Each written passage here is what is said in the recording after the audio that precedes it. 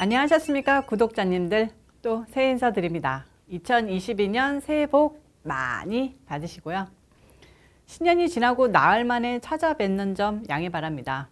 어제 여기 버지니아를 비롯한 워싱턴 수도권에 10년 만에 폭설이 내렸는데요. 차도 못 움직이고 꼼짝없이 집에 갇혀 있었기 때문입니다. 첫 소식도 이런 눈 소식 때문에 일어난 어처구니 없는 내용입니다. 워싱턴 지역에 95번 고속도로가 있는데요. 이 고속도로는 워싱턴 DC와 버지니아 중부를 연결합니다. 전국적으로 본다면 보스턴, 뉴욕, 메릴랜드, 버지니아부터 저 남쪽 밑에까지를 관통하는 뼈대와 같은 도로입니다. 이 95번 고속도로 중 제가 사는 북버지니아와 워싱턴 DC 사이 20마일 구간은 그 중에서도 교통체증이 심하기로 유명한 구간인데요. 출퇴근길에 정말 피할 곳 중 하나입니다. 그런 구간이 어제 눈으로 아주 제대로 엉망진창이 됐습니다. 오후 1시에 그 구간에 진입한 차량이 밤 꼴딱 세우고 이건 참 미국 아니고 한국에서 일어났으면 운전자들이 폭동이라도 일으켰을 겁니다. 가장 욕먹은 건 민주당 랄프 놀덴 주지사인데요. 공화당 글렌 영킨 후보가 차기 주지사로 당선되면서 오는 2월 정권을 이양해줘야 하는 입장에서 그냥 아무런 책임감도 의무감도 없이 자리에 멀뚱멀뚱 앉아 있었다고 거세게 비판받고 있습니다. 어제죠. 3일에 문제의 도로가 위치한 버지니아 프레드릭스버그에는 시간당 3인치, 그러니까 시간당 10cm의 폭설이 내렸는데요. 날씨도 영하권이고 눈 자체도 물기가 많은 헤비 스노우라 도로가 얼어붙고 가로수가 눈의 무게를 못 이기고 쓰러지는 사태가 많이 벌어졌습니다. 게다가 눈 오는 날에는 웬만한 승용차보다는 대형 트레일러 트럭들이 주로 오가는데요.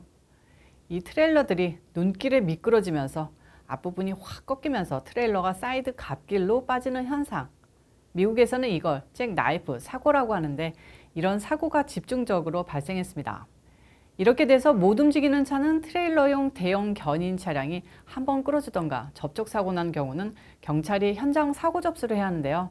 이게 전혀 이루어지지 않으니까 그냥 길바닥이 주차장 된 겁니다. 어제나 이런 사태가 벌어지자 순식간에 양방향 20마일 구간이 전부 다 거의 통제불능이 되면서 운전자들이 고립됐고요. 교통당국은 저녁쯤에 되어서야 95번 도로 104번 칼멜처치 출구부터 152번 덤프리 출구간 구간을 말 그대로 셧다운시켰습니다. 그런데요. 셧다운만 시키면 뭐합니까? 셧다운 시키면 중장비 딱딱 보내서 막힌 길 뚫고 경찰들 팍팍 보내서 현장 정리시키는 게 당연한 후속 조치인데요. 그냥 아무것도 안 하고 제설 장비만 보내고 고립된 운전자들을 그냥 길바닥에 내버려뒀습니다. 어쩌겠습니까? 도로에 있던 순진한 운전자들 날쌘네 하고 차 속에서 기름 아끼면서 시동 끄고 자던가 거의 뜬 눈으로 밤 지새웠는데요. 이건 눈 뜨고 아침 돼도 변한 게 없었습니다. 팍스부터 CNN까지 이게 헤드라인이 돼서 하늘에서 헬기가 뱅뱅 돌면서 현장 중계를 시작했는데요. 운전자들은 나와서 급한 볼일 고속도로 옆 길가에서 보고 차 버리고 그냥 걸어가는 사람들도 목격됐고요. 개 산책시키고 사람들끼리 걸어다니고 귤 나눠서 까먹고 자기들끼리 어떻게 살아도 살려는 모습이 적나라하게 빚어졌습니다. 이렇게 되니까 여론이 난리 난 거죠. 무슨 제3세계 국가도 아니고 눈 와서 도로 통행이 제한됐다고 미국 수도 워싱턴 DC 인근 고속도로에서 제설 작업은 좀 어려웠다 치고 국민들을 얼어붙은 밤에 차 속에 각자 도생하라고 내비두는 사태가 날 수 있냐. 이러려면 고속도로 관리에 그 엄청난 세금 왜 주는 거고 추가된 하이웨이 피는 또 왜 내며 비상응급 시스템에 막대한 예산 왜 퍼붓는 거냐 난리가 났습니다. 이게 헬기 타서 생중계하고 전국 뉴스사들이 달려붙으니까 그제서야 잠잠하던 버지니아 주지사 랄프 놀덴도 인터뷰를 했는데요. 비상시에는 주 방위군 투입하고 뭔 일 있더라도 고립된 운전자들 다 구출해내겠다고 나섰습니다. 좀 웃긴 건데요. 이 길바닥에 천여 명 운전자와 함께 버지니아주 민주당 연방상원의원 팀 케인도 포함되어 있었다는 거죠. 연방상원의원이면 거의 엄청난 권력자인데 이 할아버지께서도 20시간 동안 차 안에 갇혀서 너무 프러스트레이팅하다 트위터를 날렸습니다. 주지사가 어젯밤 직접 전화를 걸어와 죄송하다 어떻게 해드릴까 물어왔는데 절대 내버려 두고 나한테만 특혜주면 안 된다고 신신당부했답니다. 만약 그 상황에서 이분만 구출했다면 또 아마 난리 났을 겁니다. 서민 코스프레 하길 천만 다행이셨던 것 같습니다.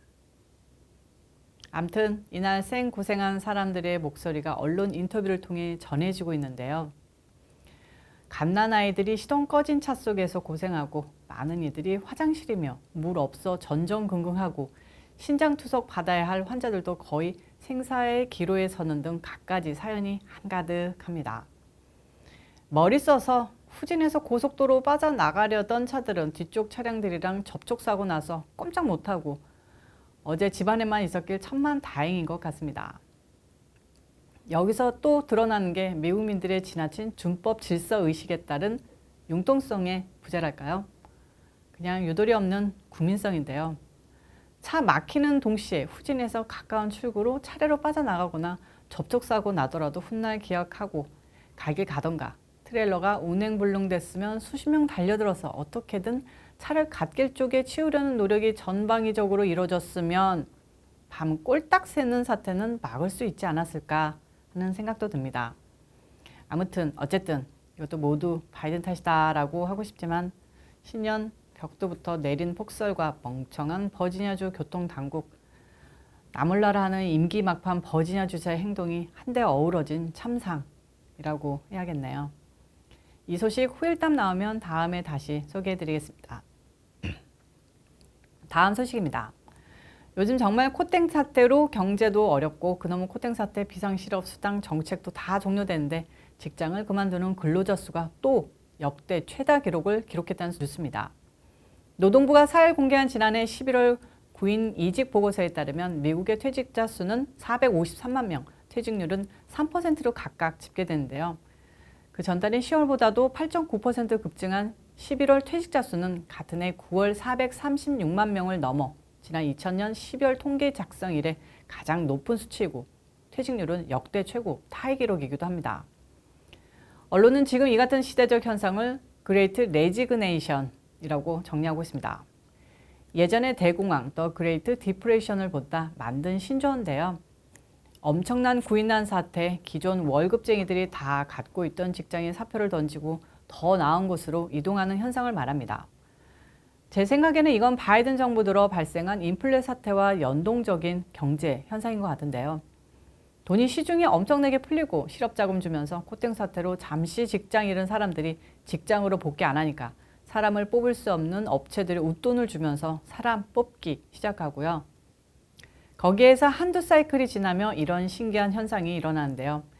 이게 사회에 좋은 영향 주겠습니까? 결국 인건비 올라가고 물가 올라가면서 그냥 성실히 일하는 저희 같은 사람들만 바보 되는 세상이 올 건데요. 이것도 어떻게 극복해야 할까 골머리입니다. 미국의 레저, 접객업에서만 100만 명이 작년 11월 직장을 그만두는 등 주로 저임금 업종 근로자들이 급여가 높고 근로 여건이 우수한 새 일자리를 찾아 나서고 있는데요. 숙박업과 물류업 등에서도 퇴직자가 많았습니다. 함께 발표된 기업들의 11월 구인 건수는 1,060만 명으로 전월 1,109만 명보다는 감소했으나 코땡 사태 이전보다 훨씬 높은 수준입니다. 채용 사이트 글래스도어의 수석 이코노미스트인 데니얼 자우는 고용주들의 수요는 여전히 극도로 높고 그 결과 인력 쟁탈전이 더 심해졌다. 이는 더 많은 일자리와 높은 임금, 노동시장에 더 많은 혼돈을 의미한다고 말했습니다.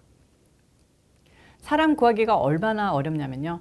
한인타운 얘기지만 워싱턴 지역의 웨이트레스 월급이 코땡 사태 이전만 해도 팁 포함해서 3,000불 정도면 많았다고 합니다.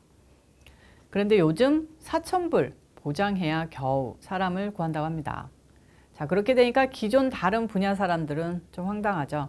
세탁소, 델리, 하다못해 신문사에서 일하는 사람들은 자기보다 못 벌던 직종의 임금이 그렇게 올랐는데 일할 맛이 나겠습니까? 빈정상하기도 하고 그냥 때려치고 새 일자리 찾는 사람들도 늘고 아예 공부 시작해서 미국 직장 가겠다는 도전자도 늘어납니다. 그러면 한인 업주들은 어쩌겠습니까? 새롭게 형성되는 임금 규모와 맞춰서 인건비 올려야 하는 거죠. 작게 보면 한인타운 얘기가 미국 전반적인 고용시장의 분위기와 다르지 않는 건데요. 결국 이게 코땡 사태 중심으로 너무 많은 돈이 풀려 발생한 일입니다. 공짜 돈 좋아하고 코땡 사태 지원금 좋아하던 자영업자님들이 부메랑 맞는 건데요. 참 이 난국에 어떤 식으로 해결될지 솔직히 말하면 두렵습니다. 대통령이 복귀해도 이렇게 바이든이 저지른 실책들 뒤바꿀 수 있을까 하는 걱정도 됩니다. 새해 첫 이슈 이사부터 걱정거리만 잔뜩 늘어났는데요. 그래도 신년의 싱그러운 느낌, 첫눈과 함께 눈이라도 업시키면서 즐거운 기분으로 다시 돌아올 수 있도록 노력하겠습니다.